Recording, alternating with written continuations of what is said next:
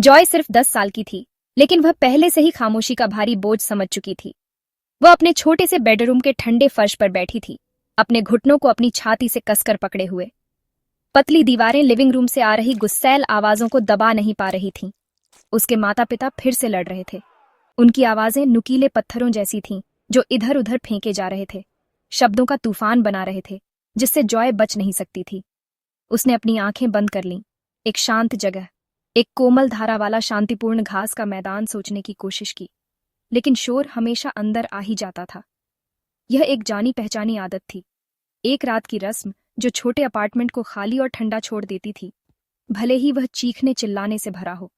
वह ऐसी दुनिया चाहती थी जहां आवाजें नरम हों और हाथ कोमल हों। अपने सपनों में उसके माता पिता एक साथ हंसते थे और घर गर्मी से भरा होता था, तनाव से नहीं। लेकिन सच्चाई अलग थी। उसने खुद को छोटा करना सीख लिया था, लगभग अदृश्य हो जाना, क्रॉसफायर से बचने की उम्मीद में। अकेलापन उसका लगातार साथी था, एक साया जो कमरे दर कमरे उसका पीछा करता था। वह अक्सर अपने स्टफ्ड बेयर से बात करती थी, उसे कहानियां और राज बताती थी जो वह किसी और के साथ साझा नहीं कर सकती थी। बेयर एक अच्छा श्रोता था, उसने कभी जज नहीं किया और उसने कभी अपनी आवाज नहीं उठाई। वह एक ऐसे घर में उसकी एकमात्र दोस्त थी जो घर से कम और युद्ध के मैदान से ज्यादा लगता था। अकेलेपन और डर का यह शुरुआती अनुभव जॉय को वह इंसान बना गया जो वह बनेगी। इसने उसे आत्मनिर्भर होना सिखाया, केवल खुद पर निर्भर रहना। उसने ऑब्जर्व करना, सुनना और हवा में लटकी अनकही भावनाओं को समझना सीखा। जबकि दूसरे बच्चे गेम खेलना सीख रहे थे, जॉय अपने आसपास के लोगों के मूड को पढ़ना सीख रही थी। एक ऐसा कौशल जिसके लिए गहरी जागरूकता की आवश्यकता थी। उसने खुद से वादा किया कि अगर उसकी अपनी कभी फैमिली हुई तो वह सुरक्षा और प्यार की जगह होगी, दुनिया की कठोरता से एक पनाहगाह। ये खामोश कसम एक डरी हुई छोटी लड़की द्वारा ली गई, उसके वयस्क जीवन का मार्गदर्शक सिद्धांत बन जाएगी। लड़ाई आखिरकार रुक जाएगी, जिसकी जगह एक तनावपूर्ण, नाजुक शांति ले लेगी। लेकिन बहस की गूंज लंबे समय तक बनी रहेगी। जॉय अपने कमरे से बाहर निकलकर अपनी माँ को रसोई में चुपचाप रोते हुए या अपने पिता को टीवी को खाली आंखों से घूरते हुए पाएगी। उदासी गुस्से से भी बदतर थी। यह एक शांत निराशा थी जो फर्नीचर और पर्दों में समा गई थी।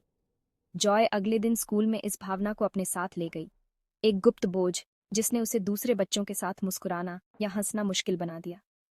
वह एक युवा शरीर में एक पुरानी आत्मा थी जो पहले से ही वयस्क जीवन की जटिलताओं और दुखों से परिचित थी।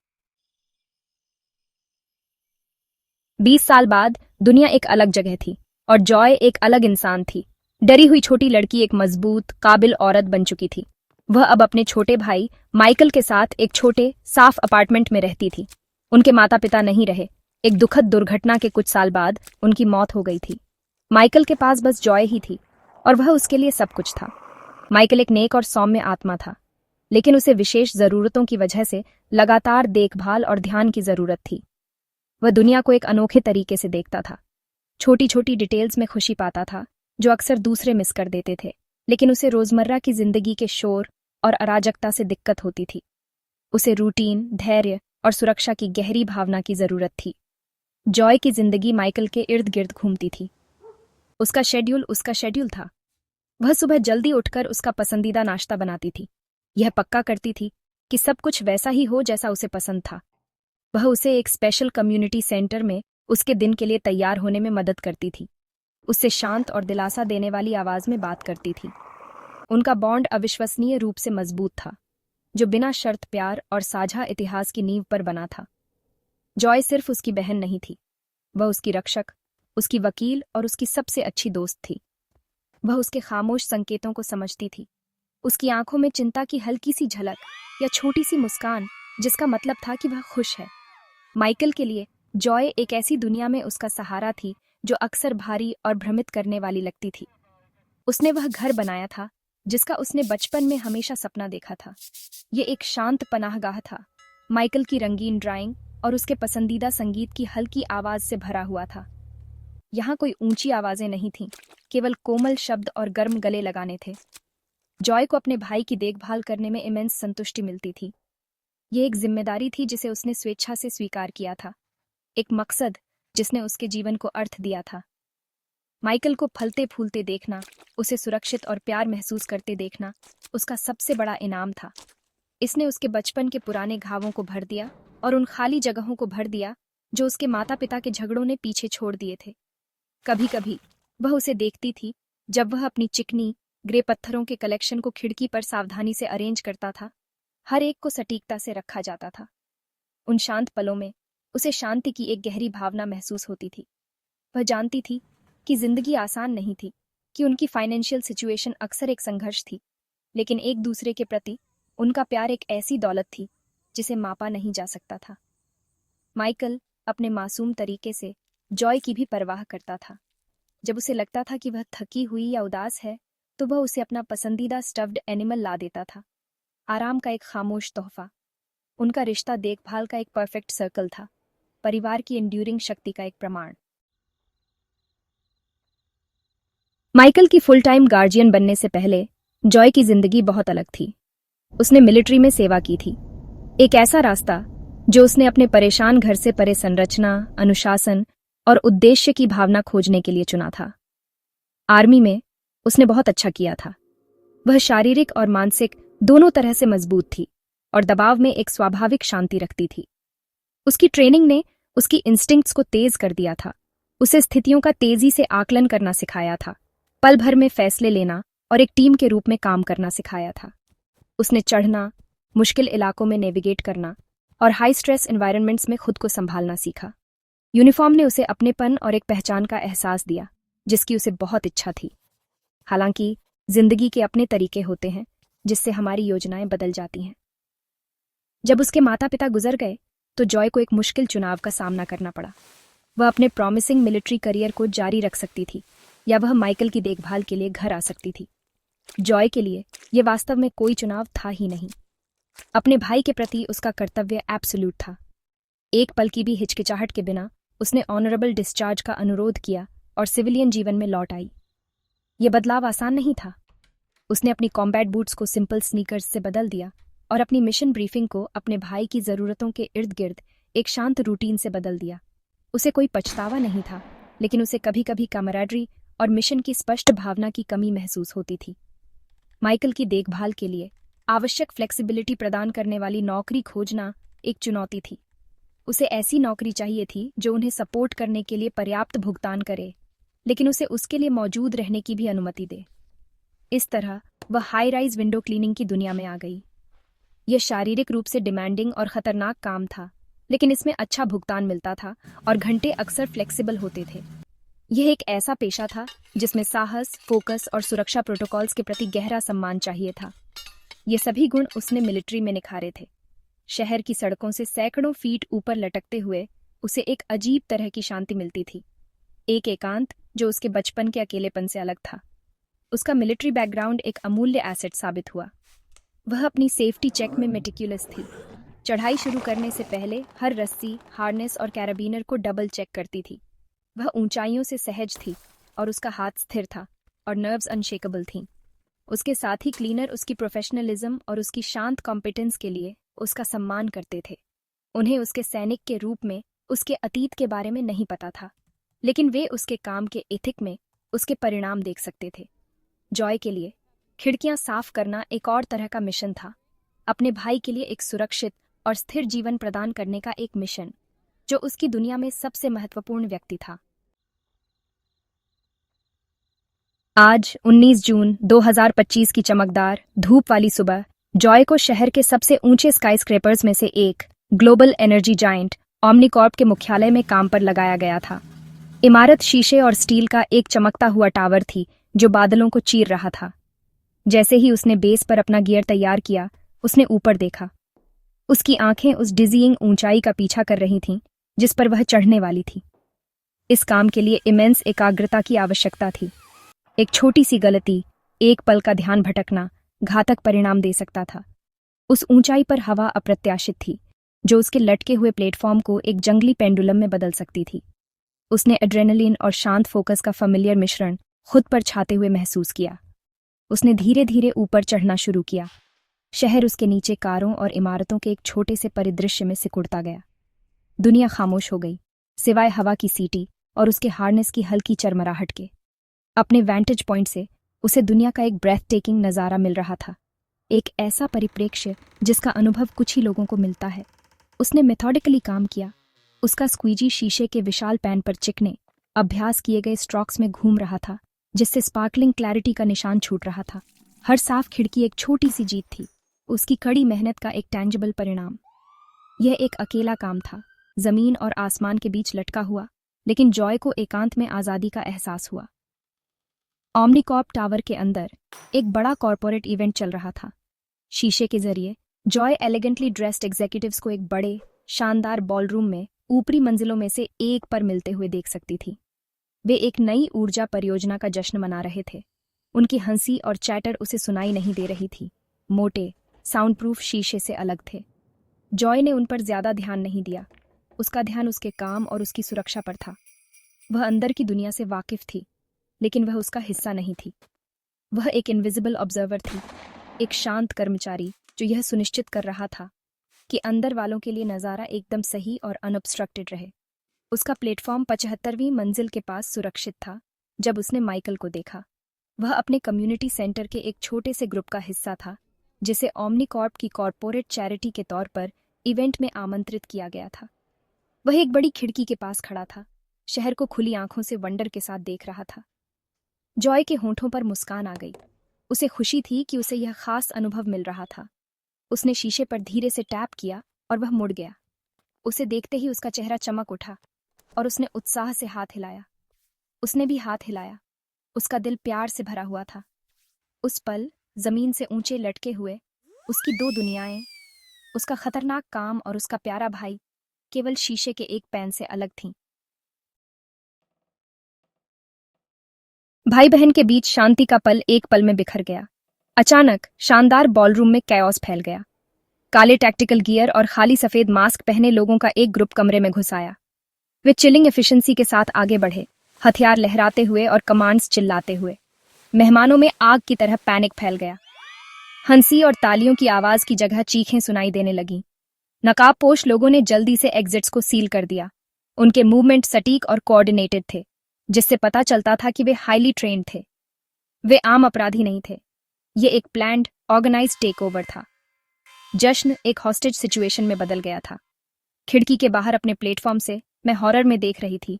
मेरा दिल मेरी छाती में धड़क रहा था। मैं फंसी हुई थी, अनफोल्डिंग नाइटमेयर की एक हेल्पलेस स्पेक्टेटर। मेरी पहली और सबसे पावरफुल इंस्टिंक्ट माइकल को प्रोटेक्ट करना था। मैंने उसे अपने केयरगिवर्स के साथ हडल देखा। उसका चेहरा टेरर का एक मास्क था। तेज आवाजें और अचानक हिंसा उसका सबसे बुरा नाइटमेयर था, और मुझे पता था कि वह डर से ओवरवेल्म्ड हो गया होगा। जिस शीशे ने हमारी दो दुनियाओं को कुछ पल पहले ही अलग किया था, वह अब एक इम्पेनेट्रेबल बैरियर जैसा लग रहा था। मैं इतनी करीब थी, फिर भी मैं उस तक पहुंचने, उसे कंफर्ट करने, उसे यह बताने के लिए कुछ भी नहीं कर सकती थी कि सब ठीक हो जाएगा। नकाबपोश समूह का लीडर, एक लंबा व्यक्ति जो कोल्ड अथॉरिटी का ऑरा प्रोजेक्ट कर रहा था, स्टेज पर आया। उसने एक माइक्रोफोन पकड़ा। उसकी आवाज शांत, डरे हुए कमरे में एम्पलीफाइड हो गई। उसने घोषणा की कि वे आतंकवादी या चोर नहीं थे। उन्होंने खुद को वेरिटस कहा, और उनका लक्ष्य किसी को नुकसान पहुंचाना नहीं था, बल्कि ओमनीकॉर्प के बारे में सच्चाई को उजागर करना था। उसने दावा किया कि कंपनी का नया क्लीन एनर्जी प्रोजेक्ट एक फ्रॉड था, एक डिजास्टरस ऑपरेशन का एक कवर जो पूरे समुदायों को झड़ दे चुका था और कॉर्पोरेट ग्रीड और गवर्नमेंट करप्शन द्वारा ढका जा रहा था। वे सीईओ से कन्फेशन लेने और उसे दुनिया को ब्रॉडकास्ट करने आए थे। उनके बताए गए इरादों के बावजूद उनके तरीके ब्रूटल और वायलेंट थे। उन्होंने लोगों को फर्श पर धकेला और अपने कंट्रोल को असर्ट करने के लिए छत में अपने हथियार फायर किए, ये दिखाते हुए कि वे बल का उपयोग करने में संकोच नहीं करेंगे। विसल ब्लोअर और टेररिस्ट होने के बीच की रेखा खतरनाक रूप से धुंधली होती जा रही थी। मेरी मिलिट्री ट्रेनिंग शुरू हो गई। मेरे डर को एक कोल्ड, एनालिटिकल फोकस के साथ ओवरराइड कर दिया। मैंने स्थिति का आकलन किया। 1 दर्जन हेविली आर्म्ड असेलेंट्स, 100 से ज्यादा डरे हुए हॉस्टेजेस और मेरा वल्नरेबल भाई इन सब के बीच फंसा हुआ था। एक गगनचुंबी इमारत के किनारे पर लटका हुआ मैं अकेली थी, जिसने सब कुछ देखा, फिर भी मैं पूरी तरह से कट गई थी। जॉय का दिमाग तेजी से काम कर रहा था, हर डिटेल को उस गति और स्पष्टता के साथ प्रोसेस कर रहा था जो उसकी ट्रेनिंग ने उसे सिखाई थी। वह बाहर थी, लेकिन उसके पास एक अनोखा टैक्टिकल एडवांटेज था। वह अनदेखी थी। हमलावर बिल्डिंग के अंदर कंट्रोल करने पर ध्यान केंद्रित कर रहे थे। उन्होंने बाहर से किसी खतरे पर विचार नहीं किया था। उसका विंडो क्लीनिंग रिग उसका एकमात्र टूल था, रस्सियों और पुलियों का एक सिस्टम जिसे वह किसी और से बेहतर जानती थी। यह उसकी मूवमेंट का साधन हो सकता था, बिल्डिंग के ग्लास फसाड पर नेविगेट करने और अंदर जाने का उसका तरीका। माइकल के लिए डर एक शक्तिशाली प्रेरक था, लेकिन वह जानती थी कि पैनिक दुश्मन था। उसे शांत रहना था, उसे सोचना था। अंदर स्थिति बिगड़ रही थी। माइकल तेजी से उत्तेजित हो रहा था। स्थिति का तनाव उसके सेंसेस पर हावी हो रहा था। उसकी केयरगिवर उसे शांत करने की पूरी कोशिश कर रही थी, लेकिन उसकी परेशानी बढ़ रही थी। नकाबपोश गार्डों में से एक ने उसकी बेचैनी देखी और उसकी ओर बढ़ा, उसे चुप रहने के लिए चिल्लाया। गार्ड का एग्रेसिव पोस्चर और तेज आवाज ने माइकल को और डरा दिया। जॉय ने शीशे के जरिए देखा। उसकी मुट्ठियां फ्रस्ट्रेशन और एंगर में बंधी हुई थीं। उसके अंदर का हर फाइबर चिल्ला रहा था कि वह खिड़की तोड़कर उसे प्रोटेक्ट करे, लेकिन वह जानती थी कि यह एक लापरवाह सुइसाइडल एक्ट होगा। उसे स्मार्टर होना था। उसका पहला कदम अपना फोन इस्तेमाल करना था। कांपती उंगलियों से उसने इमरजेंसी सेवाओं को डायल किया। उसकी आवाज धीमी और स्थिर थी, क्योंकि उसने क्रिटिकल जानकारी दी थी। हमलावरों की संख्या, उनके ट्रेनिंग का अपैरेंट लेवल और 75वीं मंजिल पर उनका स्थान। वह पुलिस के लिए आसमान में एक क्रूशल आय थी, जो जल्द ही जमीन पर पहुंचने वाली थी, लेकिन वह जानती थी कि किसी भी ऑफिशियल रिस्पॉन्स में समय लगेगा। ऐसा समय जो हॉस्टेजेस और खासकर माइकल के पास नहीं हो सकता था। वह सिर्फ बचाव का इंतजार नहीं कर सकती थी, उसे एक्ट करना था। उसे बाहर से हमलावरों की योजनाओं को डिसरप्ट करने का एक तरीका खोजना था। अपने रिग को देखते हुए एक विचार बनने लगा। यह रिस्की था, लगभग इनसेन, लेकिन यह एक मौका था।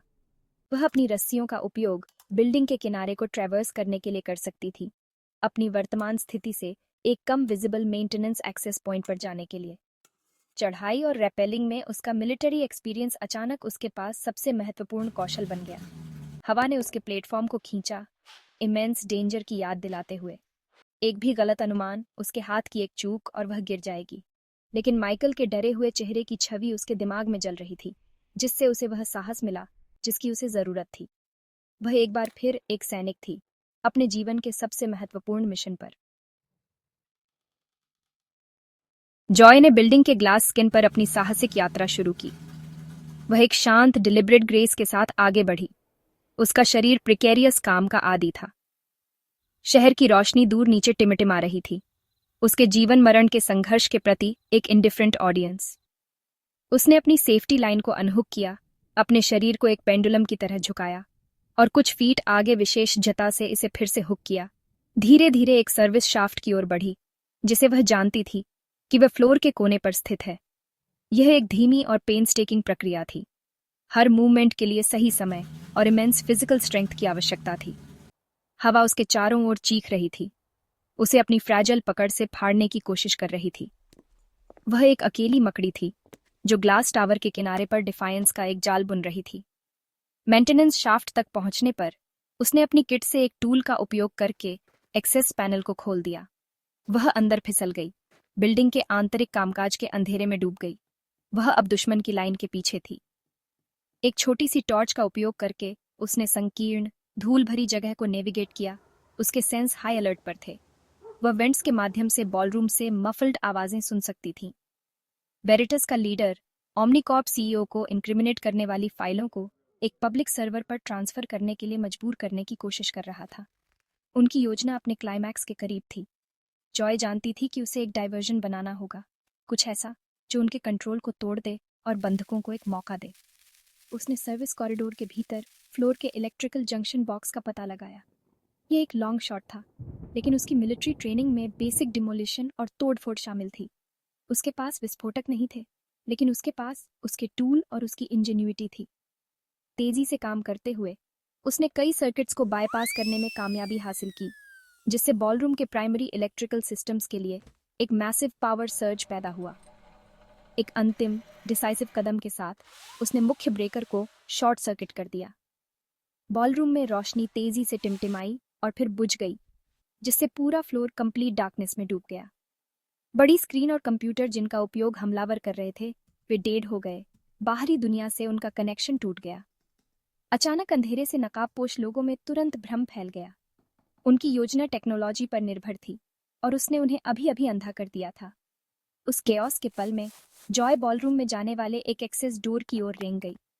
वह अंदर फिसल गई, पिच ब्लैक एनवायरनमेंट में अदृश्य। बंधक घबरा रहे थे, लेकिन हमलावर भी डिसोरिएंटेड थे। अंधेरे को अपना कवर बनाकर वह माइकल की ओर बढ़ी। उसने उसका नाम फुसफुसाया और उसने उसकी आवाज पहचान ली। उसने जल्दी और चुपचाप उसे और उसकी केयरगिवर को एक सर्विस एग्जिट की ओर गाइड किया, जिसकी वे रखवाली नहीं कर रहे थे। सबसे वल्नरेबल बंधकों को आजाद कर दिया बिना कैप्टर्स को इसका एहसास हुए। उसके शांत, डिसाइसिव एक्शन ने उनकी योजना को पूरी तरह से डिरेल कर दिया था। जैसे ही जॉय माइकल और कुछ अन्य लोगों को सुरक्षित जगह ले गई, उसकी शुरुआती कॉल से निर्देशित इमरजेंसी रिस्पांस टीमें बिल्डिंग में घुसने लगी थीं। हमलावरों की सावधानी से बनाई गई योजना टूट गई थी। बिजली गुल होने और कुछ बंधकों के अचानक गायब होने से भ्रमित होकर उनकी कमांड स्ट्रक्चर बिखर गई। वे आगे बढ़ती पुलिस बलों और अंधेरे के बीच फंस गए। कुछ ने लड़ने की कोशिश की, दूसरों ने भागने की कोशिश की, लेकिन अपने तकनीकी लाभ और समन्वय के बिना वे जल्दी ही काबू पा लिए गए और पकड़े गए। जॉय का एक अकेला तोड़फोड़ का कार्य टिपिंग पॉइंट था, जिसने अधिकारियों को आवश्यक अवसर प्रदान किया। जब रोशनी बहाल हुई तो पूरी तस्वीर साफ हो गई। बंधक बनाने वाले हिरासत में थे और शेष मेहमानों को सुरक्षित रूप से निकाला जा रहा था। लेकिन जॉय का काम अभी खत्म नहीं हुआ था। इससे पहले कि अधिकारी पूरी तरह से घटनास्थल को सुरक्षित करें, उसने वेरिटस लीडर द्वारा भ्रम में गिराई गई डेटा ड्राइव हासिल कर ली। वह जानती थी कि समूह के तरीके गलत थे, लेकिन ओमनीकॉर्प के बारे में उनके दावे सच हो सकते हैं। सच्चाई को सुना जाना चाहिए था, लेकिन हिंसा और डर के माध्यम से नहीं। उसने गुमनाम रूप से ड्राइव को एक भरोसेमंद पत्रकार को सौंप दिया, जो घटनास्थल पर पहुंचा था, यह सुनिश्चित करते हुए कि जानकारी की जांच की जाएगी और जिम्मेदारी से खुलासा किया जाएगा। आखिरकार वह माइकल के पास जा सकती थी। उसने उसे पैरामेडिक्स के साथ एक सुरक्षित क्षेत्र में पाया, एक कंबल में लिपटा हुआ, अभी भी डरा हुआ लेकिन अनहार्म्ड।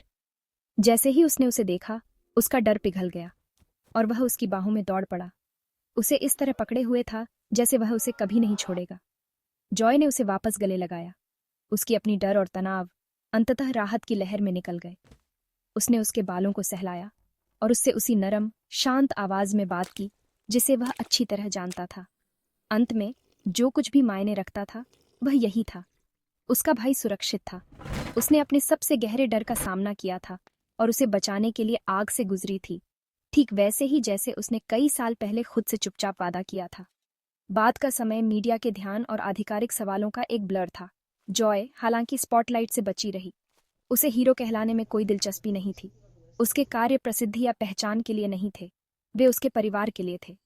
उसने चुपचाप पुलिस के सवालों का जवाब दिया और फिर माइकल को घर ले गई, उनके छोटे अपार्टमेंट की सुरक्षा और शांति में वापस। दुनिया वेरिटास के कार्यों और ओमनीकॉर्प के रहस्यों पर आने वाले महीनों तक बहस करेगी, लेकिन जॉय के लिए मिशन पूरा हो गया था। उसने अपने भाई की रक्षा की थी और अपने सम्मान के कोड को बरकरार रखा था, ये साबित करते हुए कि सबसे बड़ी ताकत अक्सर कर्तव्य की सबसे शांत भावना से आती है। अगले कुछ दिनों में जॉय अपनी जिंदगी में लौट आई, लेकिन कुछ बदल गया था। ओमनीकॉर्प टावर की गार्डियन एंजल की कहानी हर जगह थी, लेकिन उसकी पहचान एक रहस्य बनी रही, जैसा कि वह चाहती थी। वह सुबह जल्दी उठती रही, माइकल के लिए नाश्ता बनाती रही और उसे उसके सेंटर ले जाती रही। दुनिया के लिए वह अभी भी सिर्फ एक विंडो क्लीनर थी, एक महिला जो एक सरल अनअस्यूमिंग जीवन जी रही थी, लेकिन उसके अंदर शांति की एक नई भावना थी।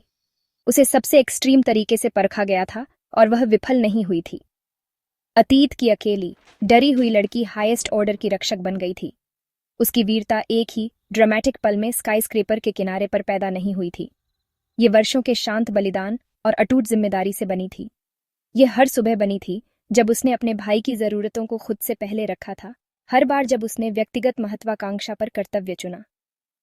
75वीं मंजिल पर उसने जो साहस दिखाया था, वही साहस वह हर दिन माइकल के लिए अपने अटूट प्यार में दिखाती थी। सच्ची बहादुरी, वह समझ गई, डर की अनुपस्थिति के बारे में नहीं है, बल्कि उसके बावजूद कार्य करने के बारे में है। यह सही काम करने के बारे में है, खासकर जब यह मुश्किल हो। उसने पत्रकार को जो जानकारी दी थी, उससे ओमनीकॉर्प की एक बड़ी जांच हुई। कंपनी का भ्रष्टाचार उजागर हुआ और सच्चाई सामने आई, ठीक वैसे ही जैसे वेरिटास चाहता था।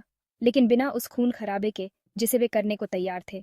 जॉय ने न केवल बंधकों की जान बचाई थी, उसने यह भी सुनिश्चित किया था कि न्याय सही तरीके से हो। उसने दिखाया कि एक व्यक्ति ईमानदारी और साहस से लैस एक गहरा अंतर ला सकता है, हिंसा के माध्यम से नहीं, बल्कि बुद्धिमत्ता और सही काम करने की प्रतिबद्धता के माध्यम से। जॉय ने कभी फिर से यूनिफॉर्म नहीं पहनी, लेकिन उसने कभी सैनिक होना नहीं छोड़ा। उसका युद्ध का मैदान खुद जीवन था और उसका मिशन उन लोगों की रक्षा करना था जिन्हें वह प्यार करती थी और सम्मान के साथ जीना था। जैसे ही उसने अपने अपार्टमेंट की खिड़की से बाहर देखा, माइकल को अपनी नोटबुक में खुशी खुशी स्केच करते हुए देखते हुए उसे गहरी संतोषजनक महसूस हुई। उनकी छोटी शांत दुनिया सुरक्षित थी। वह एक दिन में कुछ घंटों के लिए जो किया उसके कारण हीरो नहीं थी, वह हर दिन जो करती थी उसके कारण हीरो थी। वह एक बहन, एक गार्डियन और एक कॉम्प्लिकेटेड दुनिया में अच्छाई के लिए एक शांत अटूट शक्ति थी।